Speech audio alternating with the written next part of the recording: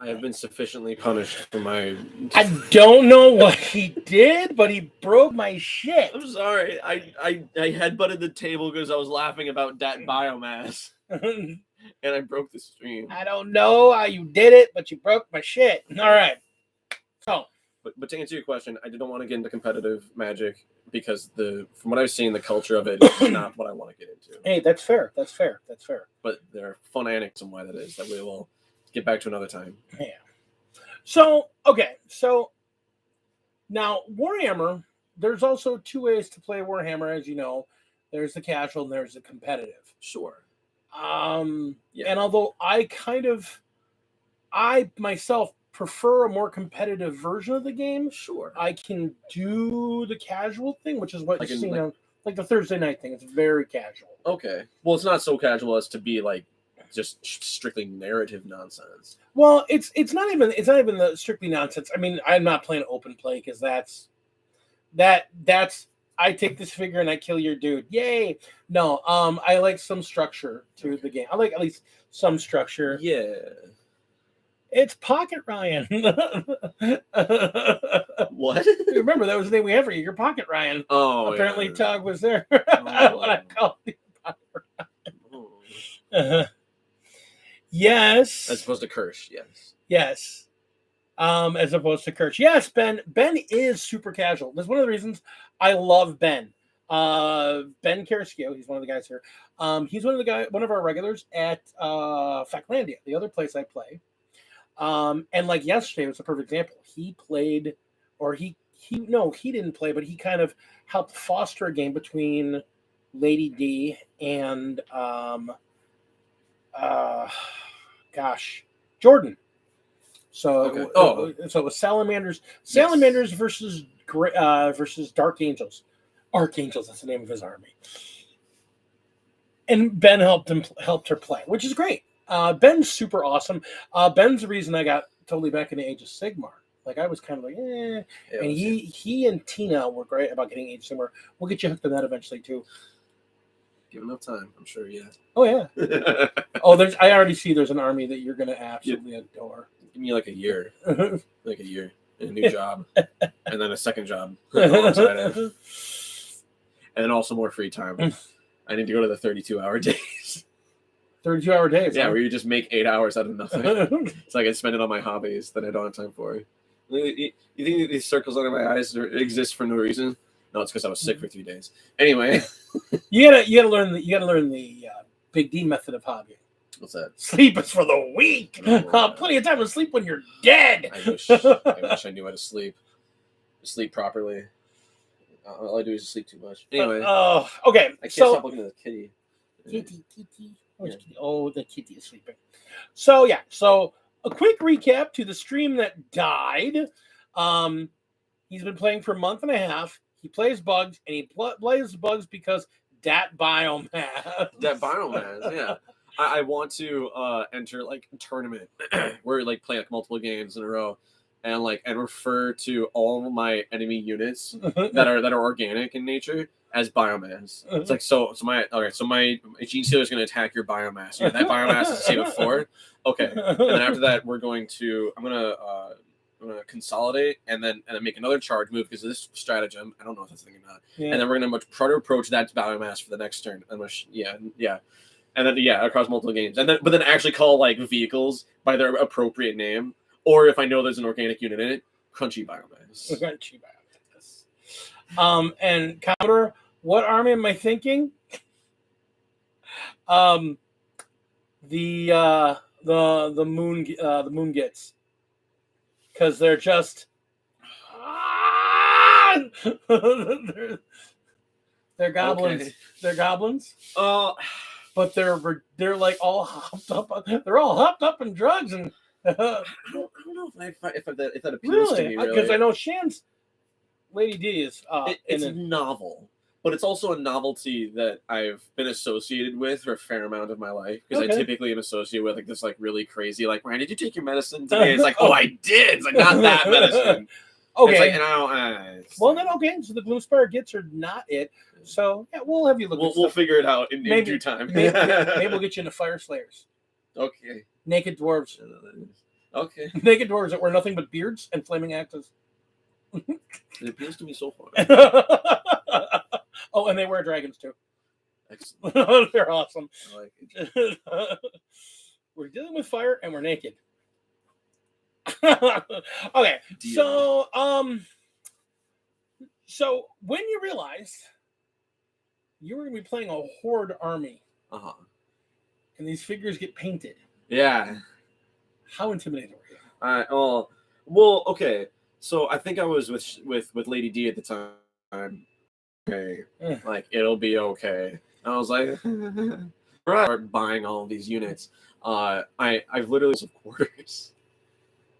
Because turns out the diameter of a roll of a quarter is 24 millimeters, Yeah. and a termagant is 25 millimeters. Yeah. Well, but although like line of sight might be a little goofy, it's like you see it. I'm basically cheating. Just you see it. Don't worry about it.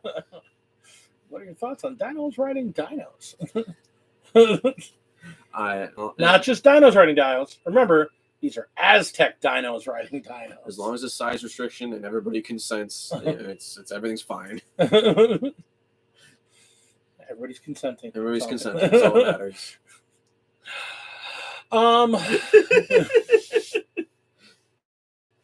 We're approaching the sex jokes very quickly. Well, it's not like we're talking about the daughters of Cain. It's one of the few things that are on my mind at all times. That are ever on my mind. Well, I don't think about much. There's not much rolling around in my head. Just sex. Sarah Vaughn, love them. Yeah, it's out. All right. So, when you finally get to painting your mouse, I know you bought a starter box, right? I bought a starter box, a lictor, and venomthropes, which are also malceptors, which are also neurothropes, which are also zoanthropes, whatever. And this is the thing you're going to hear from me, guys, which is weird. We know about me and 40K. He's talking blah, blah, blah, blah, blah. Yeah. Because it's the one army I don't know shit about. I know things about 40K he doesn't. Suck it. Ha! But there's also more that he's forgotten than I will ever bother to learn about 40K. So there's that. I'm old. Shit just falls out on its own. I mean, whatever. It's a phrase. Yeah, it's all good. Yeah. You are old though. I am old. I am old as hell. God, my wife complains about it when I fart. Mummy dust everywhere.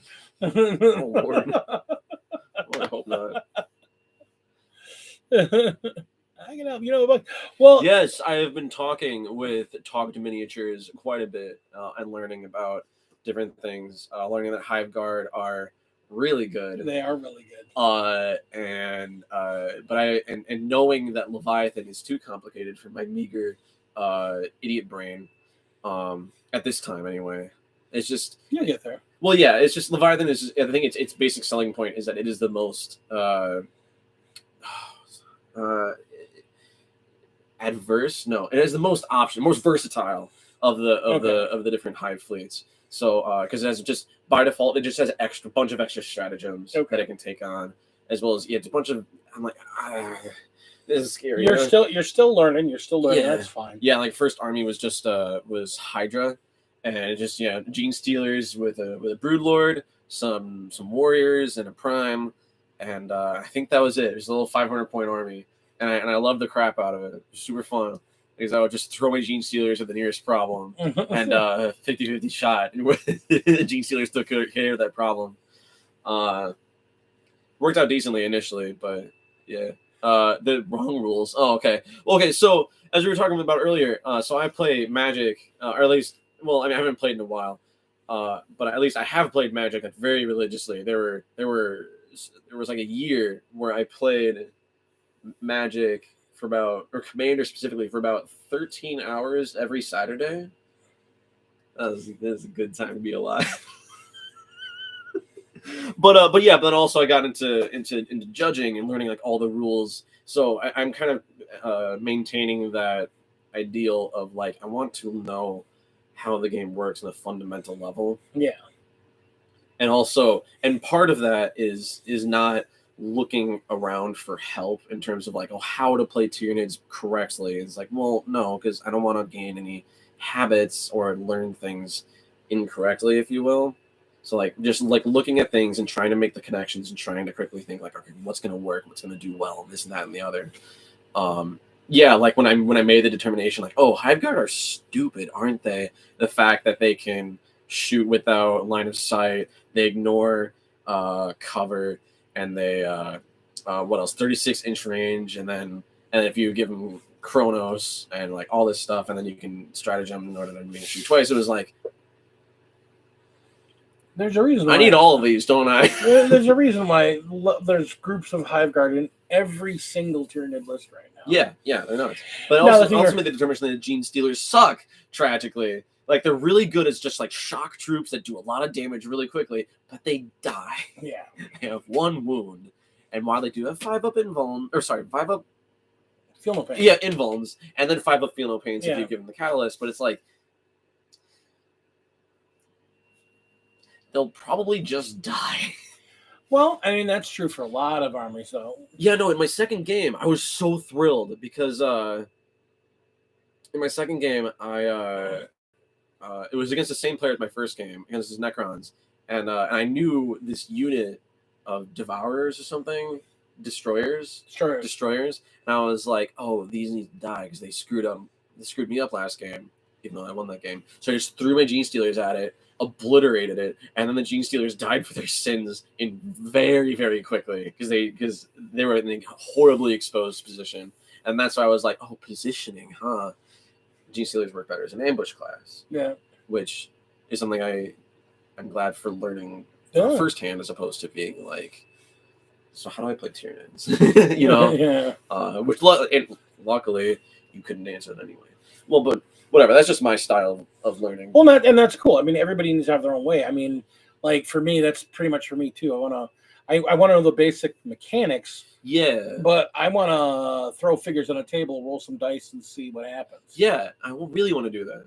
I didn't get to do that last week. It's really sad because I built a 1K list and I wasn't able to play with it. Damn. But I don't actually own any models for it, which is fine. We got to work on that. We will work on that. It was funny because all the models that I bought were specifically not in that army, and I was like, shit. Well, and part of that is too. I mean, that's the next codex coming out. Like the Elf Codex went on pre-sale this weekend, yesterday, and so the word on the street is that. Hi, Casey.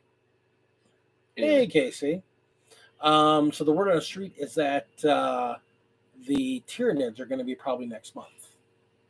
Yes. So they're going to get their new codex, and that's going to probably change up a lot of rules and change up how things are played. So at Factlandia, there was a guy that apparently had worked for GW for a while, like recently got out or something along those lines. I don't remember the exact story. Really friendly looking dude. Got a man bun? I think so. Dark skin? Jet black hair. Yeah, jet black hair, kind of dark skin. Yeah, Antonio! Okay. Yeah, Antonio. Very cool guy. I was talking to him, and he was like, yeah, so you're in a really shit position right now. I'm like, what? Why? Like, what's wrong with my list? Because he was looking at my list, and I'm saying, no, they're getting a new book. Everything you know is going to be a lie. And it's like,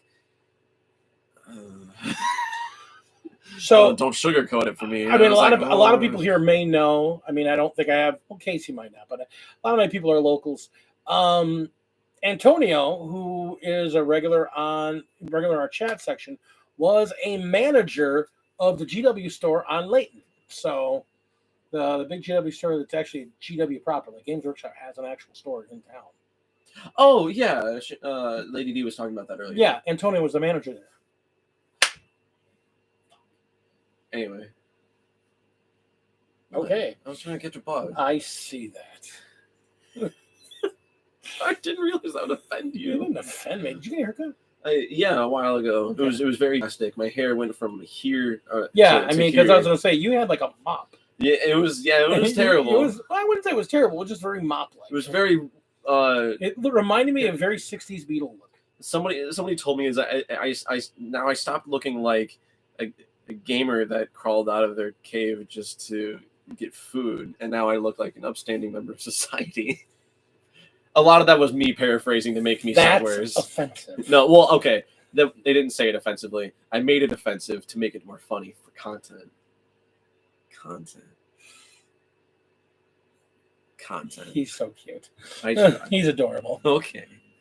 Oh my goodness, Hellworks, how you doing, buddy? And Roxy. Hello, Roxy. Who's Roxy? Roxy the Riveter is a wonderful orc painter. She paints orc figures and does a lot of.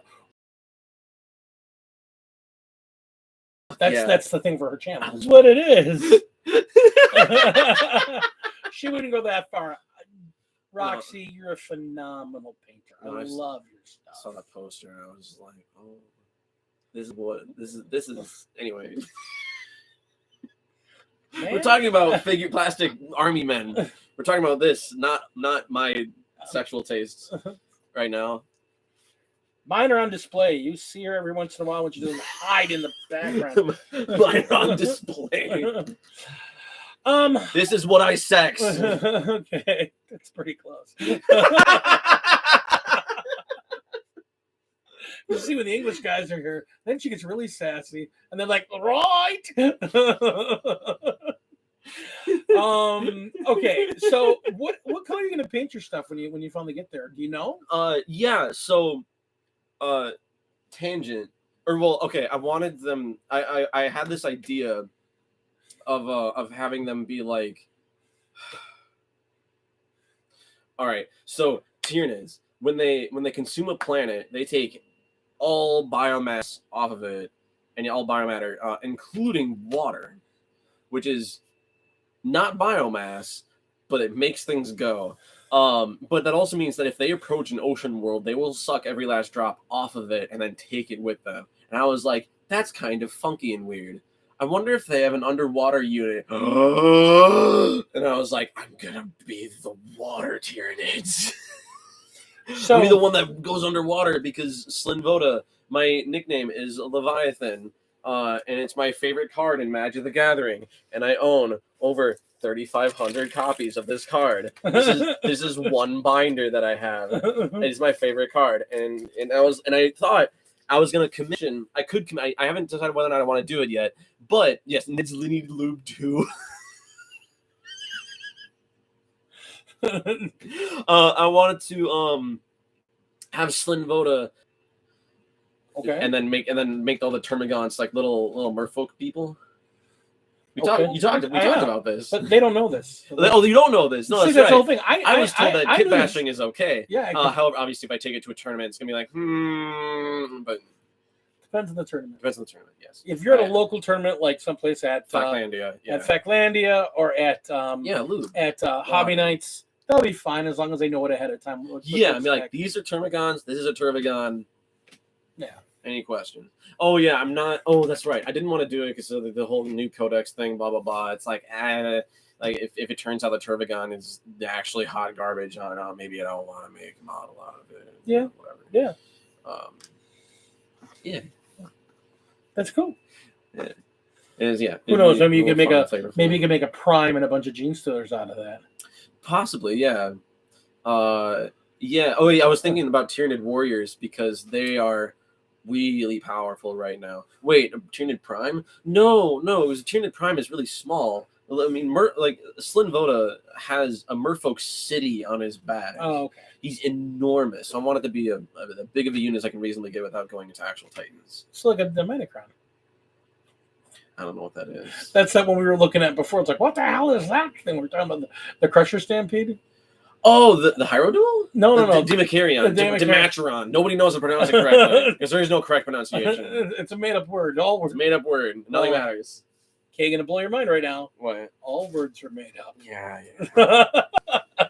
Yeah. Well, okay. Here, as somebody who tried to get really good at learning how to spell in English, eventually you just come to the conclusion that it doesn't fucking matter because English is a mishmash of a bunch of different languages anyway, so there's no single way to do it. So who cares? Probably easier. It's probably easier to just learn something like French. At least their rules are. The Drukhari do use loot. Anyway. They typically use crunchy peanut butter. Oh, okay. I'm not going to ask. I want to headbutt the table again, but I don't want to break anything. Roxy, I'm very partial to WD-40 myself. Girl, you go. All right. All right, we're ready. There's no way that feels good. That has to burn or something. There's no way. There's no way. Well, now you got to test it. Well, We got to get you a mechanical girl you can try it on. No, I just want to spray it on my dick and see what happens. It's like, is it going to swell out like, in a good way or in a bad way? Or in a good way or a bad way? I need to know. This is for science. I'm so close to slamming my head in this WD-40 and duct tape is a good time to her. Hey! Well, what? Hold on. You can't say this around me because I'm into bondage. You're going to get me really excited. Be careful.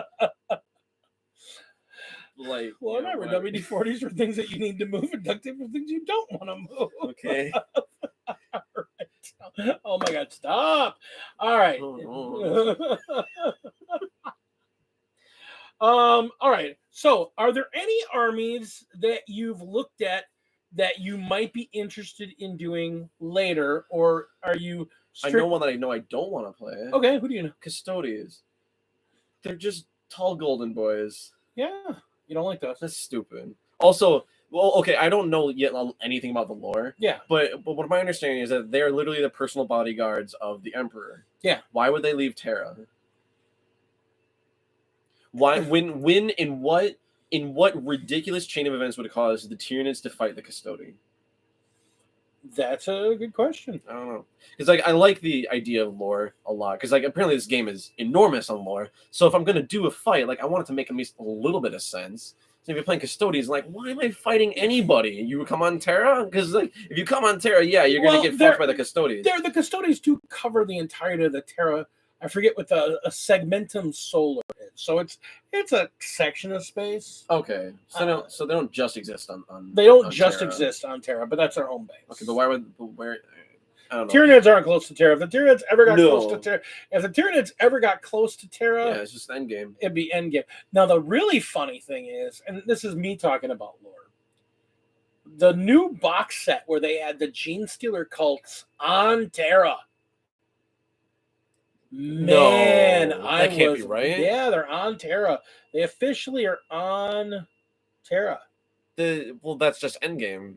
Yeah, like, all right, Terra's dead, and that's what everybody's like. What? How is that? No, that can't be. So, but also, yeah, I don't know enough about this game. Maybe that's why the custard.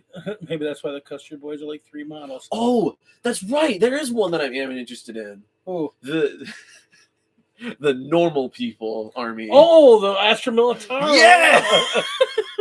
Well, because like, oh God, we're gonna die. Oh, because I was looking at their data sheet very briefly, mind you. I think I was like ready to go to sleep, and I was like, oh, what are the people? And I was like, dude, these guys are basically the Termagants.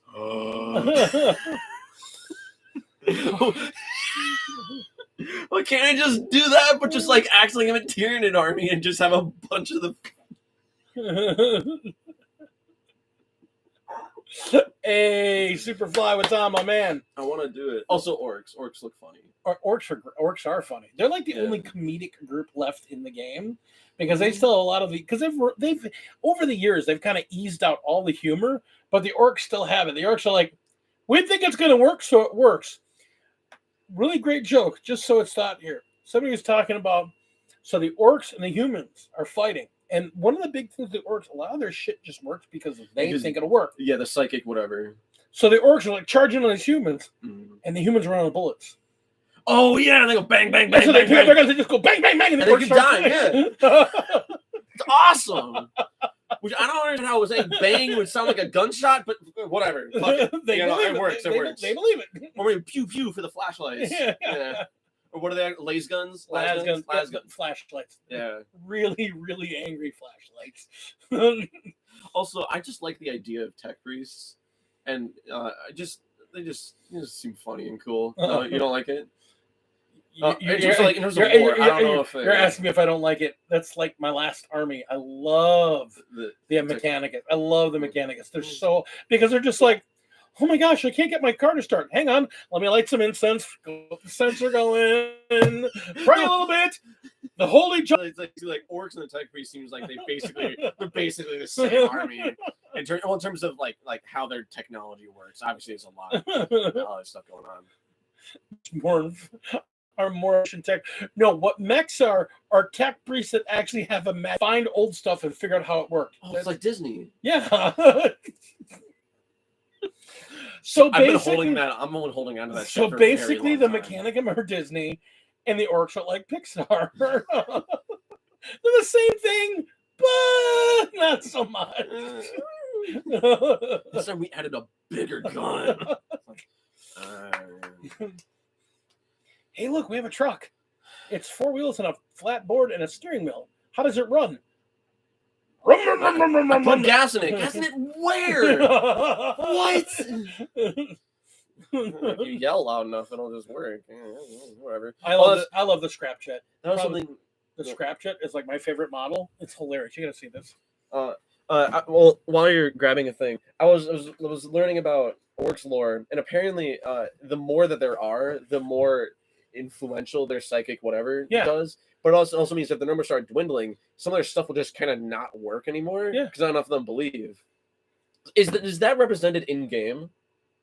I just want to know that there's a mech that if there's so many models like removed from your army, it just stops functioning. 8th edition actually had a thing where I joined too late. A little but the thing is, it's still they're still really good. They just got really silly.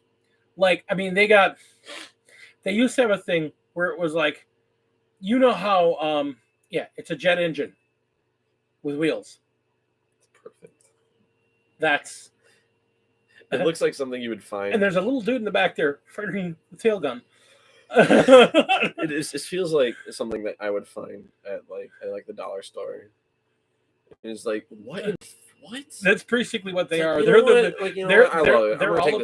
all about like the dollar store conversions. I mean, obviously this is worth a little more than $1, but yeah. Dude, one of the best things I saw. The orcs have this thing called a stampa. It's a giant. It's not even close to symmetrical. God, no, it bothers me. Yeah, I think that's probably why I won't play orcs. It's just like a tad too chaotic. It's like it doesn't even make sense anymore. There's a thing that the orcs have a thing called a stampa. It's basically a giant walking monster. The belly opens up and the guys pour out of it. Is it a Titan? Yeah, no, I guess it's Titanic. Yeah, because it's like this tall. It's Titanic is binary. It is or it isn't. I guess it's a Titan. Does it have the Titanic? I don't know because I don't currently have one. I'm going to build one though. Sure. But there are so many different variations where people make their own. And the best one I saw was somebody took a Mr. Potato Head. And you like front butt it, right? So you can like open it up and then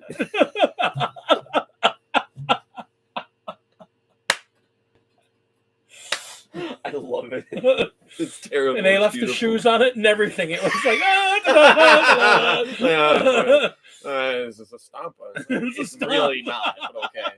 Speaking of kit bashing, as the Magic player that I am, and also like so how you build armies and how I build armies seems to be very fundamentally different.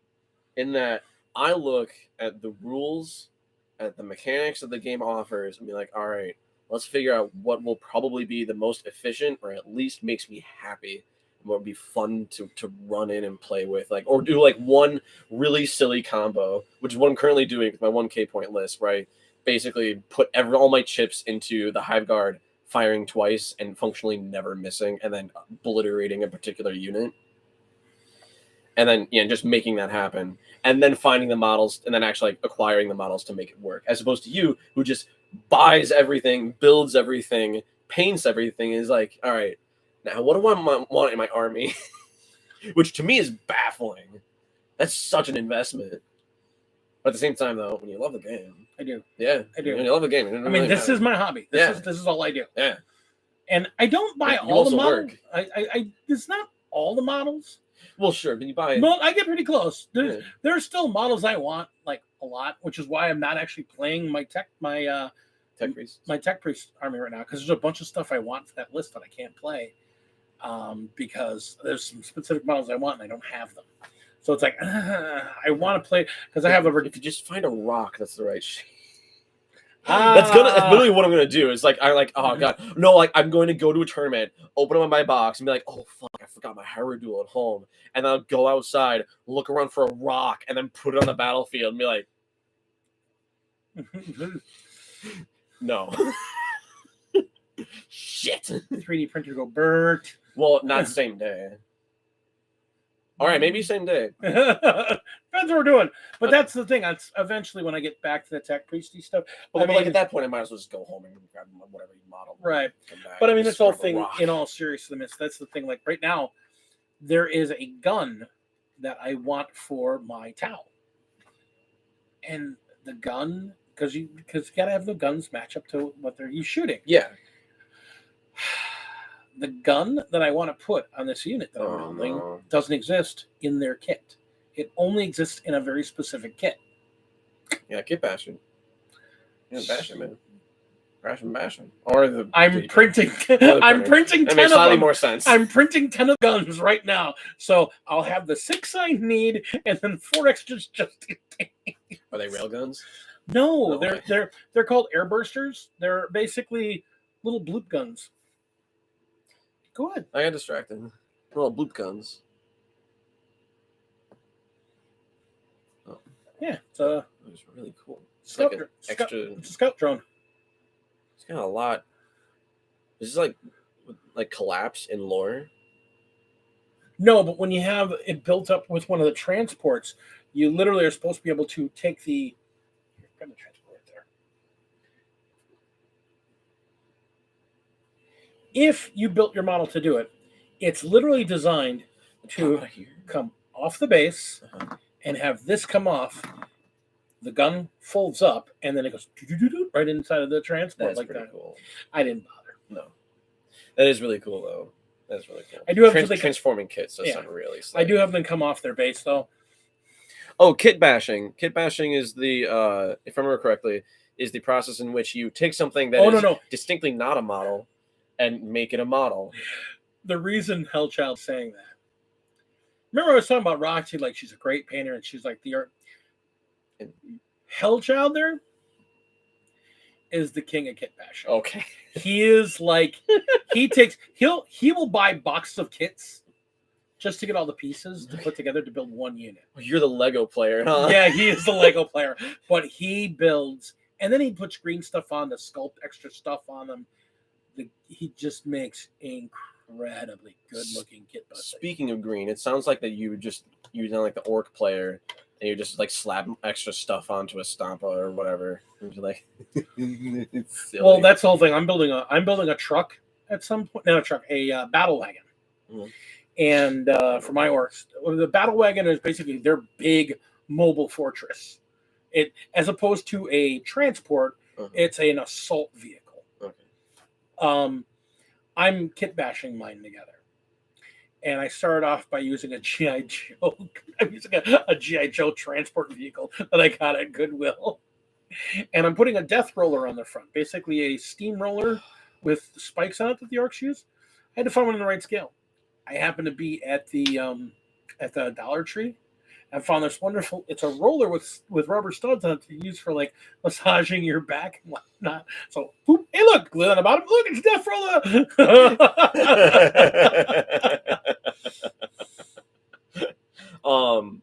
God, if you didn't have so much stuff already, I'd be tempted to like just bring you random toys from Five Below and be like, could you make something out of this? But I feel like that'd be a little unfair. Well, that's a hilarious thing. Every time I go in there to either talk to you or pick up Moon or whatnot. Yeah. That's what I go, where the toys? I could make something out of this. That's why I go to Dollar Tree as much as I do. Yeah. I mean, first off, super glue. A lot of stuff in this place, actually. Well, Dollar Tree has 2 bottles of brand name super glue, these size bottles, for $1 in a pack. Nice. So I often buy like 6 or 7 packs at a time of this. Sure. I'm sure they think I'm sniffing at this point. Well, price you pay. And then I also get Super Glue brand makes a mounting tape, a 2-way tape, so I can make it easier for painting. Sure. I gotta do that. Anybody who doesn't do this should do this. Makes way too much sense. Just so it doesn't fall over. Especially like the freaking Gene Stealers, who are There's not center mass. They're just like, yeah, they're way forward. It's like, all right, buddy. Not to mention, yeah, they I mean, and for like these guys, because they're so little.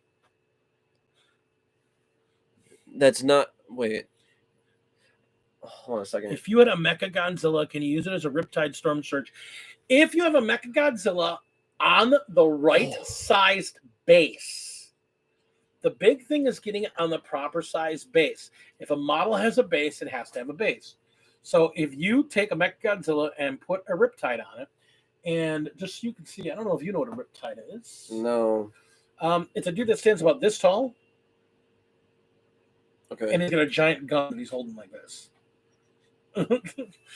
I thought that he was talking about Magic because, get this, Mechagodzilla is a fucking card. If I can, there, Yeah. whatever. And I was like, are you talking about some weird rules questions? I don't know. Oh, so Well, Storm Surge Leviathan, Storm Surge Kraken, one of the two. It's definitely a card. I'm like, what are you talking about? Storm Surge, I believe, is a card. I believe so. Yeah, Storm Surge. Oh well, maybe. Storm Surge is like out of Ice Age. It's an old. I remember that. It was like a blue card that does something to people with mana or something, like locks it down. Something. Sounds all right. It was Ice Age. They did dumb stuff in Ice Age. Yeah. Turns out a lot of old Magic cards do weird shit. There's one that I found the other day. I love going onto Scryfall. It's just a database of every single card and hitting random card, just looking at random stuff. I got a It's card. delightful. I got a card at some point you need to go look at. What? Tackle Maggot. No. Do you Do you know what the Tackle Maggot is? Barely, only because I know because it has an enormous paragraph of text. Just for the rules. I don't want to deal with it. If somebody played it against me and they explained how it worked, and it's like, okay, I get it. But what that text say though, it's just like, please, just trust me. I remember I played a set of them in a deck once. I purposely built a black-blue deck, and all I did was I put in cards that if the more rules text they had on the card, they were the ones I played. So you were playing Animate Dead, I hope too. Yeah. I played Animate Dead. I played Tackle Maggot. And I was specifically using all of my beta lands because they explained what tapping the land and all. This is why I don't want to be a judge. Assholes like this. Hey, when I saw that they have the text, because I love the art only lands, so the solid art lands. Yeah, they're gorgeous. When I saw they had a text only land, I have those. I want to set it. I would want to run a deck of those. Can you imagine that? You can. Right. With Tackle Maggots and unraised desks. It's the text of Doom. Man. I hate you. I hate your guts. I mean, if there's any type of legend that I could fit in there, because you know how some of those legends have some incredibly long yeah. And then have like a planeswalker with his 3 abilities, and all 3 of the abilities are stupidly long. I mean, we're talking about a deck. You're just going to have somebody go, I'm not reading this much. I'm here to play a card game. There's planeswalkers with like 4 abilities and a passive. Yeah. It's like, no. Yeah. And then you got to have like the one shapeshifter from like an unset. It is like at least like 7 or 8 abilities, and they're all mana abilities. Well, if I could do that, then I'm going to play the BFM as well. Be a big free monster. Yeah. Yeah. It's 2 cards. Yeah. I want to see that played. Oh, and then you can do that. You got to get like the other meld cards. Oh yeah, dude, it's a commander deck in the making. I would never want to play it against you, or even actually build it. But there are worse decks that exist. I can tell you that. I mean, that's called playing for the lols right there. What the hell? No, going for the lols. Going for the lols is playing my 14 card combo commander deck, where the only way to win, a couple like niche cases, is to execute this hilarious 14 card combo. It's hilarious to like only me at this point because nobody else thinks it's funny anymore.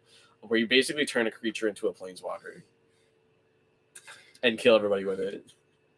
It's the worst thing that's ever existed. It's delightful. I actually created a. We're going to talk a little bit about Magic here for a minute. So I actually created a competitive version of that deck that condensed the combo down to like 6 cards, and it actually worked scary well. And I was like, this could be a thing, but also I don't care for competitive Magic that much. Okay. Also, definitely not 5-color competitive Magic, as the budget goes absolutely through the roof. You know, like thousands of dollars. So here's the funny thing. What? Ravnica Yes. era, the original Ravnica set. Yes. Ray, my son, Yes. and I Yes. were in a two-headed giant tournament. So it was Sure. meant to be funny. Yeah. We had 2 decks. Two-headed Giant's fundamentally broken, but go on. He was playing, his deck was entirely like counters and walls and defenders. Azorius. So he's basically just like, I'm not letting anybody come in here, Yeah. and I'm just keeping everything up. Fuck you.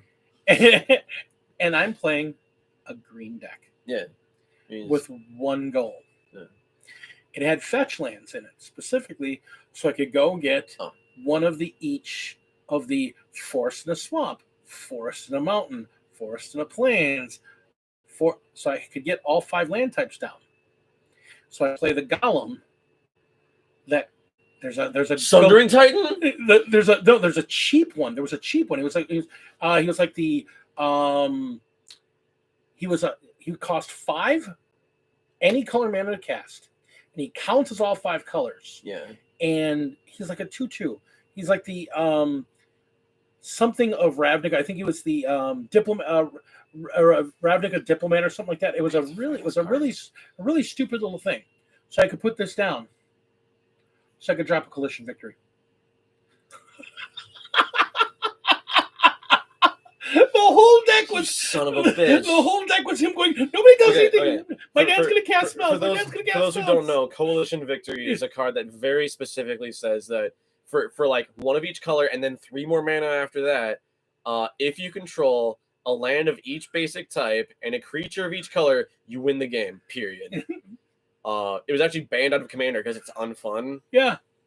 Which is a huge point of contempt. Really? So you just so essentially between 2 players, you're doing nothing but stall the game out. He was going just so you can play this doofy. He was stalling the game. Just keep throwing. Dad, keep drawing cards, because he was playing blue-green or blue something. So I could draw. He kept making me draw cards. So I keep drawing cards. I go through my cards. Here we go. Boom, boom. I win. Because officially it was a green-white deck. Because I had artifact fetches and artifact resurrection, so just in case anybody killed him, and lots of land. Just to go, Coalition Victory. The earliest, because of the cards I had comboed in there to do it, I think the earliest we could actually do it is like turn 6. Yeah. But it's gonna take a while. But turn 6, I could pretty reliably on turn 7 win the game. Because that's an 8-mana card. Yeah, so you can accelerate a little bit into Transguild Courier. That's it. 4-mana 3/3. Not even that bad of a card. No, it's just all colors. I love how it also has the reminder text of even if this card isn't in play, it's still all colors. It's like nowadays, like no kidding, but no, it's definitely that's not entirely okay. No, that's actually not true at all. Learning to become a judge really makes me forget how little new players know, which I know is kind of like, bear with me, but just like having to go so deep into the bare fundamentals of Magic and also the countless edge cases that exist, and then also learning, being asked a question is like, how do I make mana? It's like, dude. But you laugh at that, but I can say the same thing about 40K. Yeah. Because here's the thing. I love this. Put a figure out there. How do I deny the witch?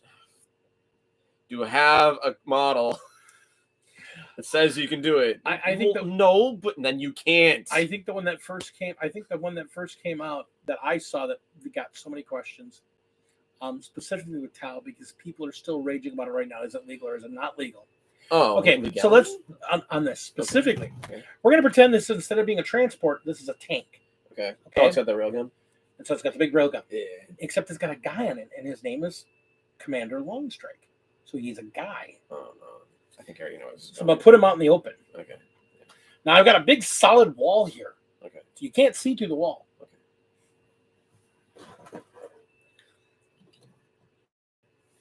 Okay. These guys are bodyguards. Oh, I know the rule. Yeah, the logic that you have to shoot the you bodyguards can't kill him. You can't attack him until the bodyguards are dead. But if this is the only thing that's visible, and you have to shoot the bodyguards aren't visible. It's like so you just can't shoot it. It's the most unintuitive bullshit. Well, and the thing is, it would make sense if it was like rules is written. It would make sense if it was like a guy. It would make sense if there was a guy because they're body protecting the bodyguard. Yeah. Even if he was invisible, then they could jump through it or whatnot. Yeah, but no, it's an entire name vehicle. Tank. Yeah, it's a name tank because he has a name. They can bodyguard because he has a character. He has a character keyword. Wait, so man, what you said earlier though, if it was just a guy on the other side of a wall, that's still silly. Well, remember, people can pass through walls. Well, infantry can. These are both infantry. Okay. So characters can pass. Yeah, but the logic that you can't shoot the guy, you're not allowed to shoot the guy because they're alive. Yep. That's dumb. They're within 3 inches of him. That's too bad. I should be able to shoot something. What if I was the other Tau player, because that's how it goes nowadays apparently, and I had a railgun and be like, I want something to die over there, and you say no, you can't. You have full line of sight. It's not allowed. You can't shoot him. That is bullshit. That is bullshit. That's rules. There's a green-white enchantment. Rules is written broken. There is a green-white enchantment out of Ravnica. Okay. That, while it is in play. Oh, all enchantments are creatures? No, you can't target. Oh, all enchantments of Shroud?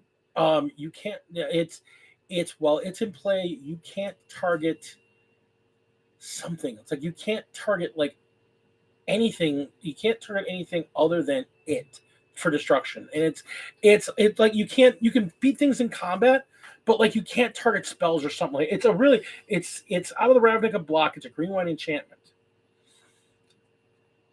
And you'll pull it up and I'll remember. And I remember it because there was the biggest argument about this card. I'm very curious. Specifically green-white enchantments. I believe it's out of the first block. Are you sure it's blue-white? No, it's green-white. It's green-white. It might be blue-white. Yeah, it might be blue-white. I'll just go with white. Yeah. From the original Ravnica block? I believe it's from the Ravnica. Yeah, it is from the Ravnica. I don't remember which set in there. Sin Striker's Will? No, it's a white multicolor. The thing was that what was doing about it would. Oh, keep talking. The thing about it was the whole goal was to get 2 of them down.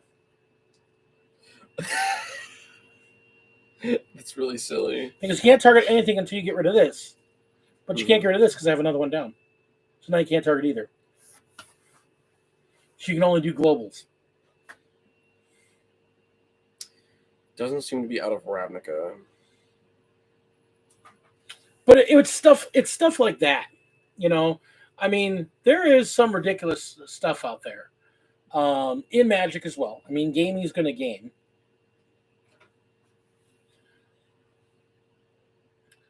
And, the parallels. I mean, there's other parallels. Like we were talking about, Crusher Stampede, which a lot of people are assuming you were playing because it's a really powerful combination. And I'm sure it is.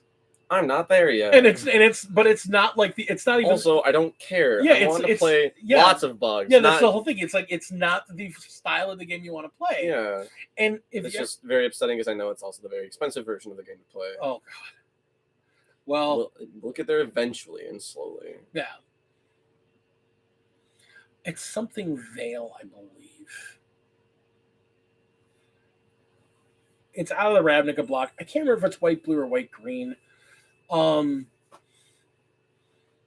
It was hilarious because if you got 2 of them down, it's like you stopped people from doing all kinds of crazy stuff because you could only target that before anything else. And I forget how the targeting worked. Again, it's been years because I remember when I first time I sold my entire collection, I might have had 2 of that card for just that purpose. It wouldn't surprise me. I'm having a hard time finding this card. I don't think it's Sterling Grove. I do know that Sterling Grove does bonkers things. I can't remember what exactly it does. I'm telling you, it's out of the Ravnica block. It's a multicolor card. If you could sort by that. It's not Sterling Grove. Sterling Grove gives other enchantments you control have Shroud, which, I mean, is useful, but then it just means that if you have 2 of them, it just means that none of your enchantments can be targeted. Right. Which Doesn't do a whole lot. This for was you? more powerful than that. That was the thing about it. Oh well. 99 basically in Feldegriff. This is true. Yes, it might be cheaper if I have friends that have printers and also big hearts. I will loan you magic cards and teach you and help you build decks. Okay. 99 lands in Feldegriff. Okay, so Feldegriff is a group hug commander where it has like a bunch of abilities, but like each ability has a terrible drawback that benefits your opponent in some way. So like one of them is like I think like pay a blue, I want to say, return Feldegriff to its owner's hand. A target opponent gets a 1/1 Hippogriff token, Feldegriff token. They get a 1/1 token of some sort. I can't remember. So the joke is that, and there's like another one like target player may draw a card, and there's like another one I can't remember all of them. But the joke is that if you get enough mana, you can just give everybody enough elephants, and they'll just kill each other with them. Or you can cause people to draw their entire deck, except you can't because it's a May. Or I can't remember what the last one is. It's just very goofy, very silly. It's not exactly competitive, but it's adorable. Like I said, there's a lot of fun. There were a lot of fun things in Magic. I know lately there's been a lot of complaints about Magic where it's like it doesn't seem as it doesn't seem as no, fun we're gonna for pretend Magic is perfect and fun. Okay, we'll pretend Magic is perfect and fun. I've been in circles where that's kind of all we talk about is the crappy things that are happening recently. It's like, can we just not? Please? Well, okay. So since I'm thinking about it, So, I do have a question. Though, one more last question on Magic, and then we'll go back to the plastic figures. No, we're gonna go back to plastic figures because we are an all gaming channel. Okay. This Kamigawa set that's currently out right now. Neon Kamigawa. Yeah. Kamigawa Neon Dynasty. Yes. It's very cyberpunk and futuristic, which is really different. Extremely. Yes. Are you referring to the potential malcontent of including cyberpunk in my fantasy game? Yeah. I mean, yes. Okay. I had that exact same reaction. I was like, what are you doing? Well, here's the thing, and I want to be clear. Yes. The reason to me, because like I like fantasy games, but understand that for me, like my chosen genre over any kind of sci-fi is cyberpunk. So when I saw these, I'm like, I want to buy a box of these. What did I just say? Yeah, that's the only thing. Yeah, is that I'm like, I want to buy a box of these. People who are into cyberpunk are like, like eating it up. It's like it's awesome. I was initially very upset because this is not what Magic has been doing at all for a long while. Like we haven't touched technology. In fact, there was a huge dispute about this very old card that shows a goblin eating glue, and like from a jar that says glue or paste. I think it might have been paste. And it was like, now paste canonically exists in the Magic universe. And it's like, all right, first of all, chill out. Also, it's like an ancient ass card, whatever. But now that they're, and then like in like the on cards, they actually included like ray guns and stuff because it was fun. Blue they were done there. Yeah, and then the Hulu Wrangler. There was a dude wearing a pair of Wranglers. I will never forget that. Target card has denim lock. He gets to not be locked. And then that included that card made the result that the ruling that taking off your pants is a special action and does not use the stack.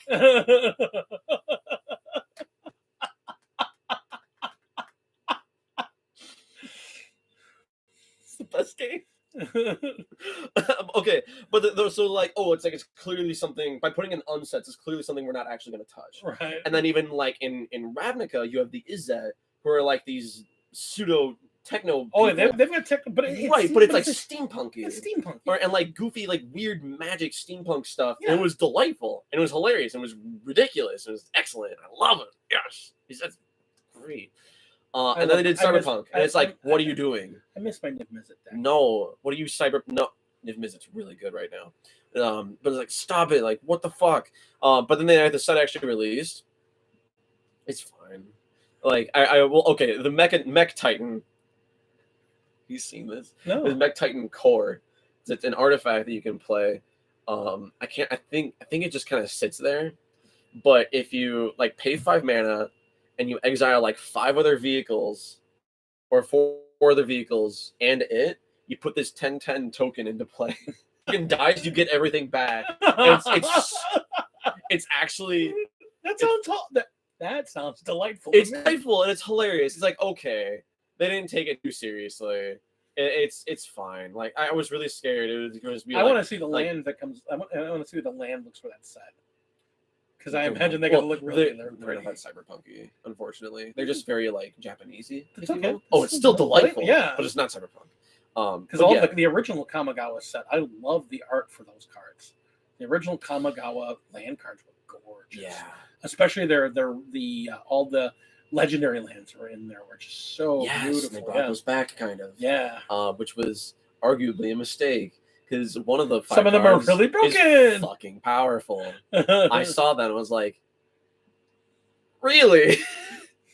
we're gonna put that much on a land? All right."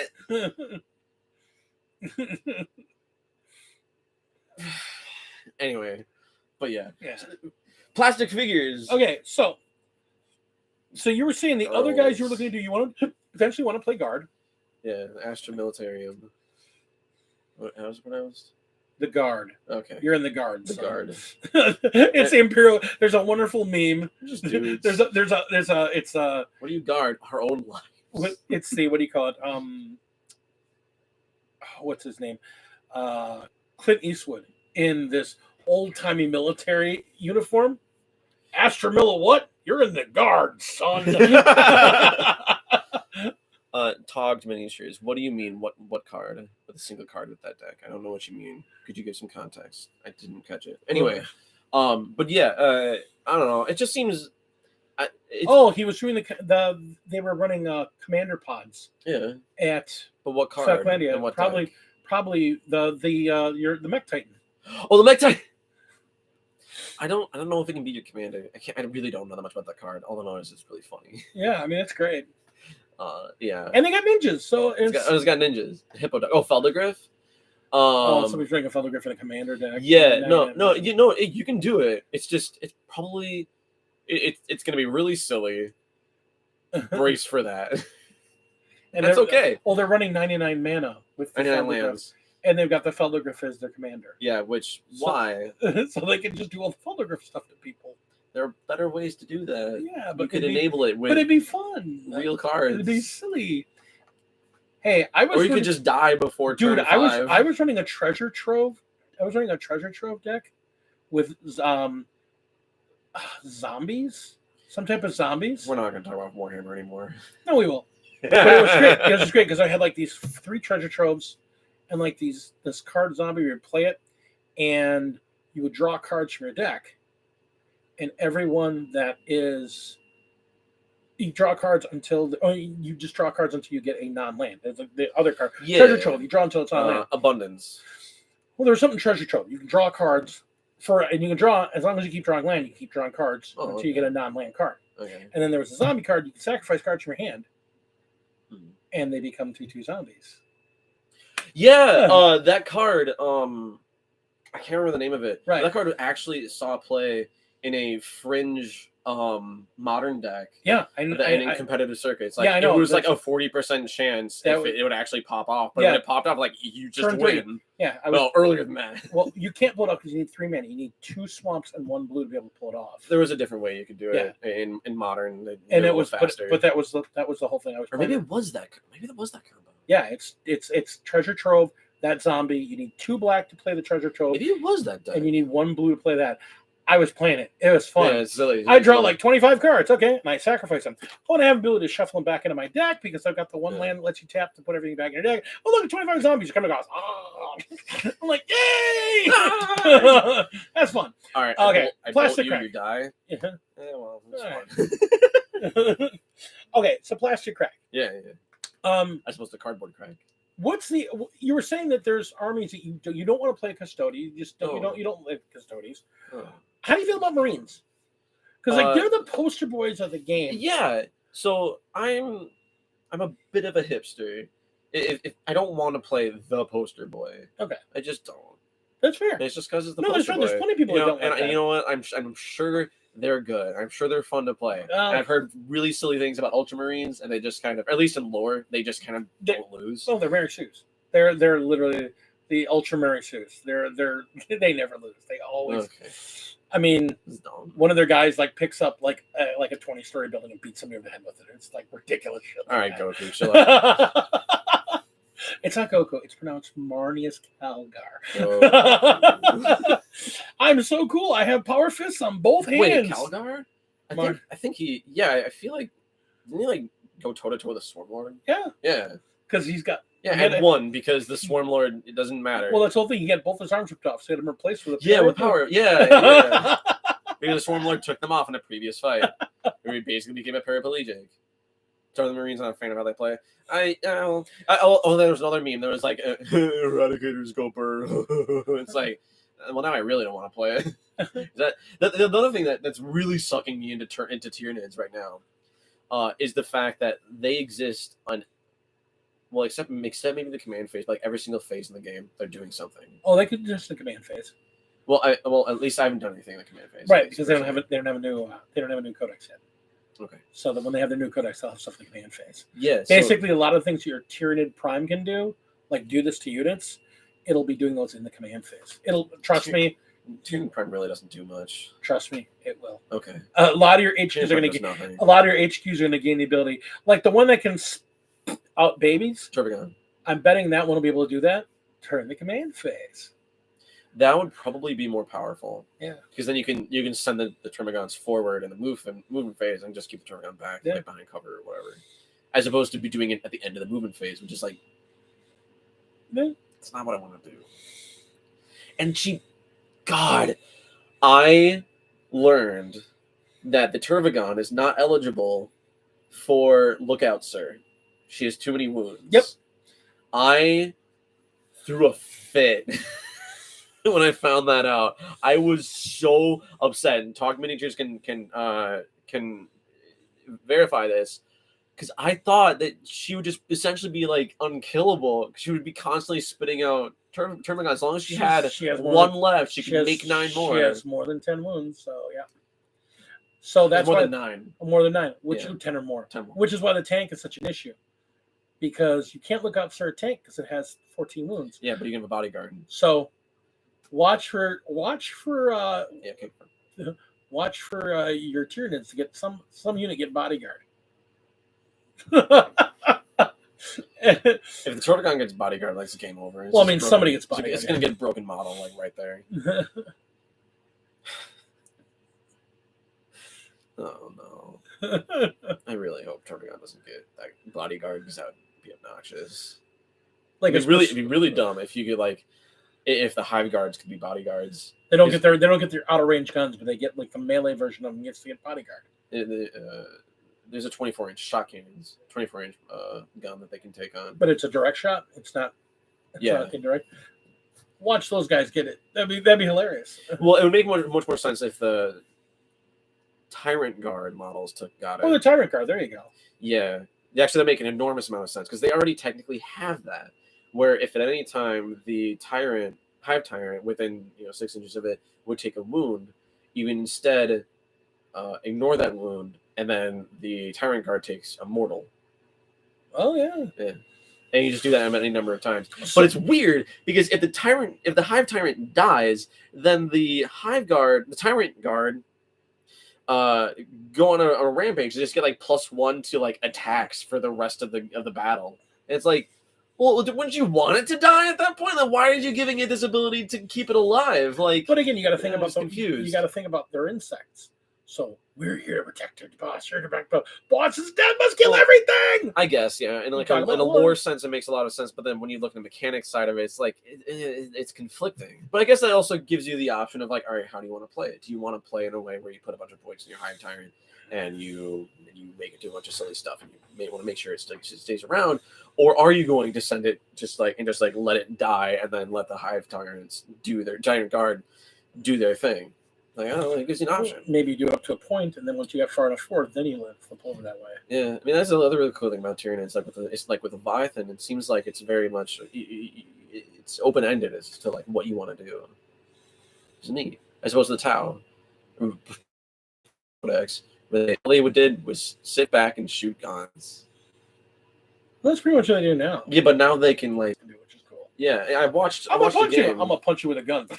Yeah, and I was watching a game a week or two ago at Factlandia, and there was and I watched this transport basically travel the entire distance of the table and then deliver its troops, which then moved. And it's like,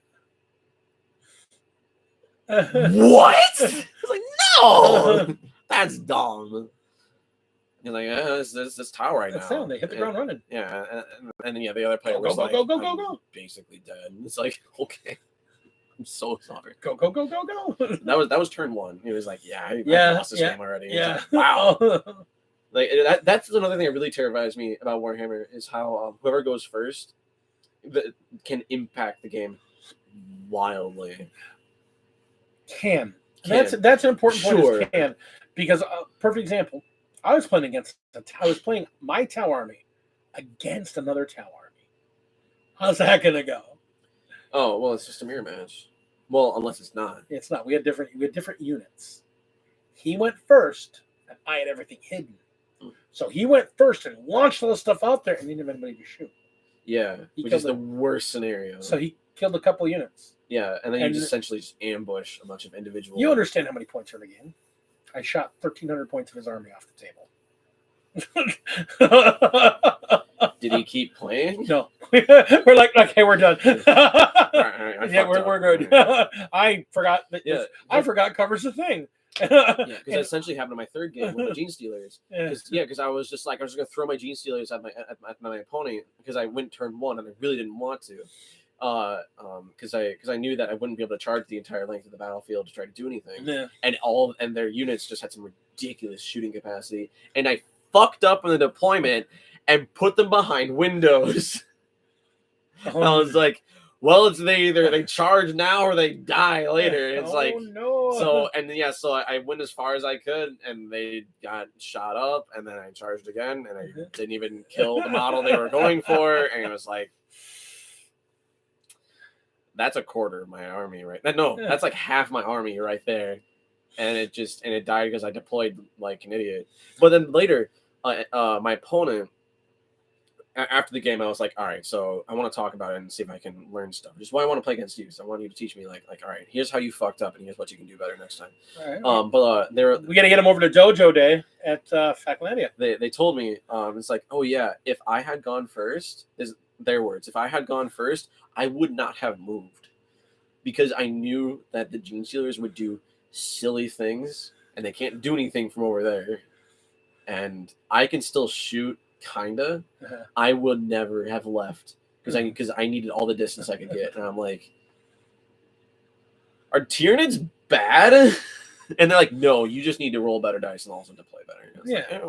Deploying is huge. Yeah, deploying is actually it's a skill. Learning to deploy and learning how to put your guys down because it's one I've leveled up on that. I mean, I've been playing forever, and I wasn't very good at it at one point. And my buddy Max and my buddy Ryan and a few other Kirsch. They've been big on we practice it, which is why that Tau guy, he jumped out, threw all these guns, and I left nothing for him to shoot. And the flip side, I played a game last night against my buddy Payton, and I accidentally wasn't paying fully attention because I was playing against Marines, and I went, oh, they're Marines. This is basically I'm just testing out a new unit because Marines normally are. Honestly, for Tau should normally wipe Marines off the table. I let it get in my head. Dumb me. I stuck my butt out too far on one side, and he dropped the drop pod and put 2 units of Devastators down and took out a quarter of my army before I had a chance to go. Quarter of my army gone on a 2,000-point game. That's no bueno. That was no bueno. And it's not just a quarter of my army. Like, the better quarter. One of my best units. Yeah. He's like, boop, gone. All of it. I'm like, well, look. Yeah, he took my broadsides, all 3 of my broadsides and all their drones. Just goodbye. It's terrifying. Yeah. And it seems like it's one of those things that is so enormously important, but you're really not going to know how to do it well until you've just fought a bunch of battles. Like Wednesday, me and Max are getting together, and that's what we're just doing. are looking to literally sit down and play the first 2 rounds, rack up, put it back down, and play again, just the first 2 rounds. Not even play a full game. But the last 3 rounds are always the shortest. Yeah, but the thing is that you win or lose. Nowadays, you pretty much win or lose in the first 2 rounds. Yeah, it's basically how you play the first 2 rounds, and knowing what secondaries to take and what and because there's a lot of rules you still haven't played with yet. You haven't played with like full mission rules and all 6 objectives. I haven't touched secondaries, and I'm scared. Yeah, no, you'll like it. It adds another layer. Yeah, I'm not ready for that layer. I've played 3 games. We'll get you there. We also got to get you up to 1,000 points. Yeah, well, I have the army. Well, I have the list. You have the list. Well, I have the list. Let's be clear. You have the list. The list. And you've looked at it, and then you looked in my eyes, and you said, I don't know what I'm looking at. Like, well, I mean, would you rather I lied to you? This is great. You did great work here. It's like the kid with the hand turkey. It's like, what am I looking at here? I would be upset if you lied to me and just told me I did well. I'd be like, what the fuck, man? Yeah, no. I thought you knew things. No, I do. I do know things. You do know things. You know when you don't know. I drink and I know things. No, you don't. Oh, I do. But that is one of the things I do not know. It's like Tyranids. Hell, I can't pronounce half their names. Bugs. They're bugs. Like, because my idea about Tyranids, like I wanted to play Tyranids at one point. My whole idea was I wanted to play all the Tyranids that have carapaces. If they have a big carapace, I want to play them. Not most of them. Some of them don't. Some of them are just kind of like Gene Stealers really don't. No. Gene Stealers are like their own. Right. But the reason I want to play them with the carapaces is because I have an idea for a paint scheme. Yeah. That's if I ever play Tyranids, it has nothing to do with good with the army. It's how I want to paint them. Which is worse. Oh, that one's got a good carapace. I can do what I want to do in that one really well. Because I want to make them look like... look at that carapace, though. Oh, look at that. Oh, baby. Let me knock on that carapace. Careful, you'll break the stream again. I don't have a problem breaking the stream. You, on the other hand, it was your head. It's too powerful. It's too much. Too much brain power in there. Too much brain. Too many rocks. Too many rocks in that skull. Tap 2 mana, get a Slin. Alright. Oh, 1/3. The tap, draw a card, discard a card. It's a good card. Standard playable. It's me. All right. So before we wrap up for the night, any last thoughts about 40K? Is there anything you really want to see? Like, I want to see. Yeah, I want to see the new codex. You want to see the codex? Well, that's a given, though.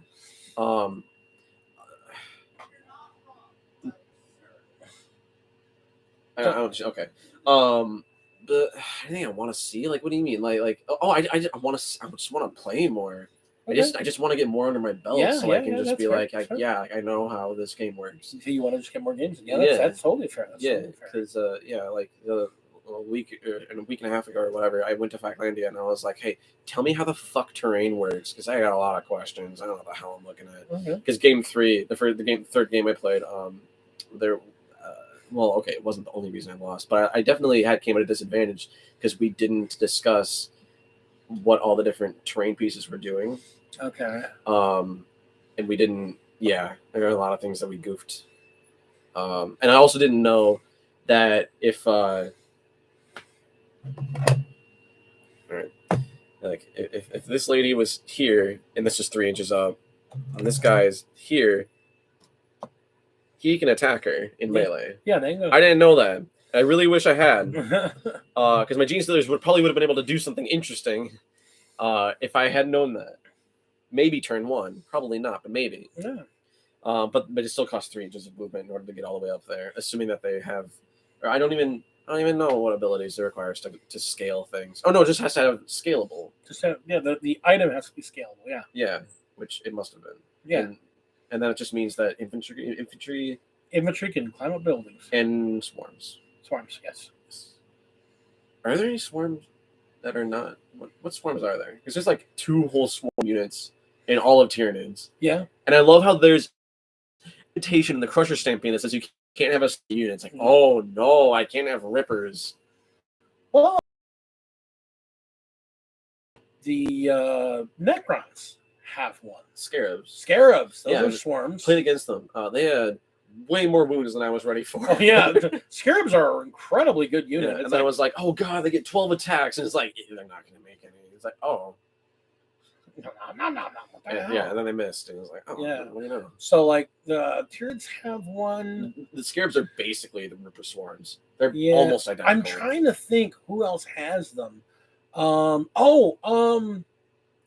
Drukari actually have one. They have these bat bird looking things that they can. Nobody uses them. Nobody uses them. It just seems like nobody cares. Well, no, it's just they're just terrible. That would be cool. Oh, that's another. Yeah, so yeah, I would like to see swarms become like a viable unit in Tyranids, just to make the Crusher Stampede like oh, you're actually giving up something and you can't have this unit. Yeah. And also, I want to have a Swarm Lord named I. Okay. Well, okay, you were telling me about the thing where there you were talking about, I don't know, the Blood Angels or whatever. Oh, and the psychic yeah. And then it's like, you are food. I hate you. Those 6 words. Like everybody was like super wigged out. It's like I would love to have like that event. Yeah. Immortalized in the mechanics of the game, and just Yeah. have a Swarm Lord whose name is I. Like I am. Yeah, that'd be fucking sick. That'd be cool. Yes, Rippers are solid for secondaries. Yes, because they take objectives. Yeah. So that's all. That's it. Because they can burrow. Yeah. Yeah, it's good. But they're not interesting. I don't know. They're just good. Yeah. They're not 50 Termagants though. Not many things So are. what's the point? Not many things are. Well, I remember the guard do. Well, I remember hearing about, because Termagants can get to 30 in a pack, right? Mm-hmm. I remember hearing about Same thing with Hormagaunts and Gargoyles. I remember hearing about an army really early beginning in 9th edition where somebody was riding 180 Hormagaunts. Hormagaunts? The melee unit. Yeah. 180 of them. Why? And they're running them in 30 thing squads. How are you going to take them off an objective? Well, yeah, but why wouldn't you just get Termagants? Because they shoot. But if anything comes close, they just swarm them. Wow! Oh, they just move in. Good, we're all dead. It just feels like absolute overkill. Well, I mean, it is. That's the point. That's why there was. Oh, so that's a game. That's the Forge World model. I'm not familiar. Yeah, with. that's the same thing. There was a guardless that had 180 troops in it, which is dudes. And remember, they come in 10-man squads. That's it. Oh my god, that's too many. Yeah, I was wondering. Another thing I want to like learn more about, is holding units, whatever, not deploying them. Yeah. I mean, Reserves. Reserves. Yeah, you got to be playing with bigger numbers. Because you're playing like 500 point, and now you're getting to 1,000-point games. You're not taking anything in reserve at 1,000 points because Really? I mean, you don't have enough points. Okay. You don't have enough points really. You want to get to like the 1,500, 2,000 point for you looking at the only well, obviously, if I had Ripper Swarms, like yeah, because that's what they're good for. Okay. Because you're gonna have them pop up on an objective that everybody kind of like left behind, and they're gonna take it. And they're also really good if you have like things have built in and they have like fly, like I have for my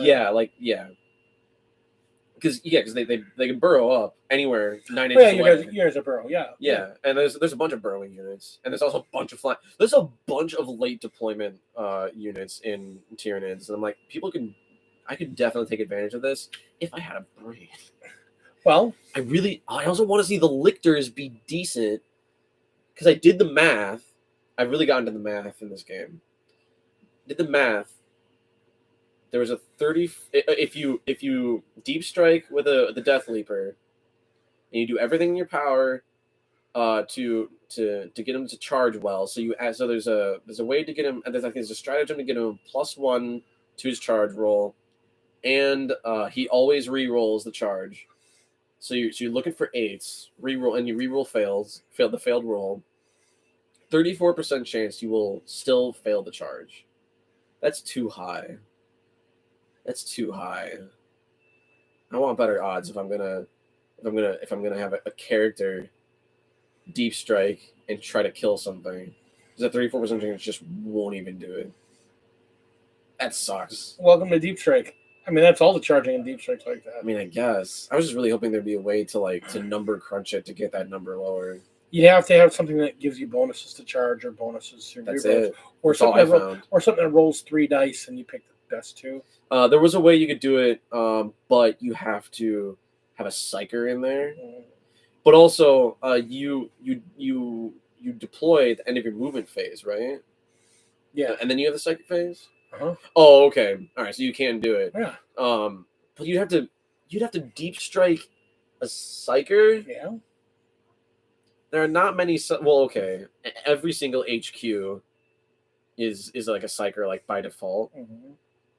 But if you're not deep striking your other HQ, it's going to be a really glass cannon unit. It would be like the Neurothrope or the Zoanthropes, or probably some other units I'm probably not remembering right now. You're still because I'm still new and I haven't taken absolute inventory and spent a literal day looking at every single data sheet yet.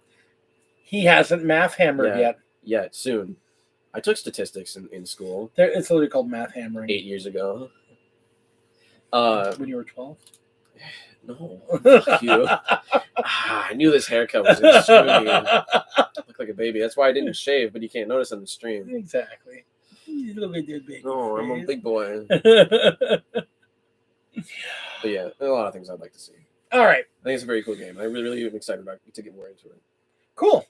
Well, we'll play some more. Yes. We'll play and actually get a game going, and I won't play my Tau against you. I'll actually bring like an army that won't just. That's fair. Yeah. Like I'll bring my guard. Oh, my dudes. I can go back. My dudes. Oh, it's not a crew. No, it's not a crew. It's a preacher. Cool. They're awesome. They're little dudes that do big stuff. Why do they have like Assault 1, AP 4? Assault 2. Assault 2, AP 4? AP 2. AP 2. D. Strength. Only 1 damage, but it's 6 strength. Oh, well, that's boring. What else does it do? Yeah, nothing. I'll rip it apart with my Tyranid Warriors thing. No, you forget about that whole thing. Remember, I put 10 of them here. I'm just trying to talk shit, okay? Your Tyranids won't even go. Oh, you're functionally deep striking. Yeah. On turn 1. On turn 1. Oh, look, I'm in your... That is kind of screwed up when you think about it. Is you're functionally just deep striking turn 1. It's like... With 2 units of them. This doesn't feel right. This doesn't feel fair. No bueno. Tune is better. I really hope they get something really funny. I would love to see Gene Stealers go down in points a little bit because they're way too much to sink in. Anyway, thanks for having me. Oh, no problem. I'm glad to have you on here. As you know, our efforts are just happening whenever.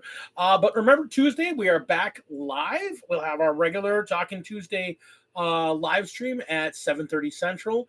And hopefully some point this week, I will try to break out the second issue of Imperium Magazine, and we'll talk about it.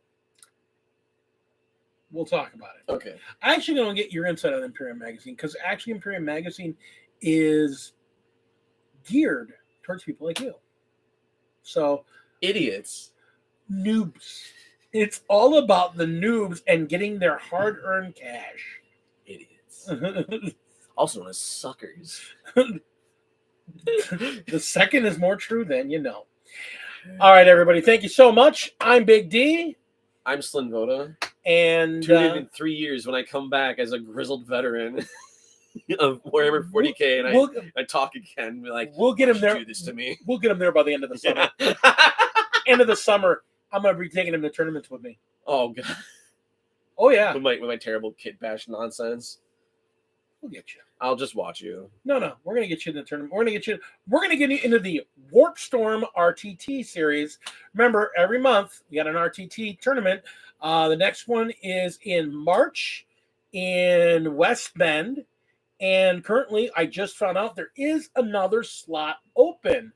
So, if you got a 2,000 point army, you're in the greater Milwaukee area, and you want to play some competitive level, go out to Best Coast pairings and look up Warp Storm, and it's the March tournament. We'll talk to you real soon. Game on. Yeah. Yeah.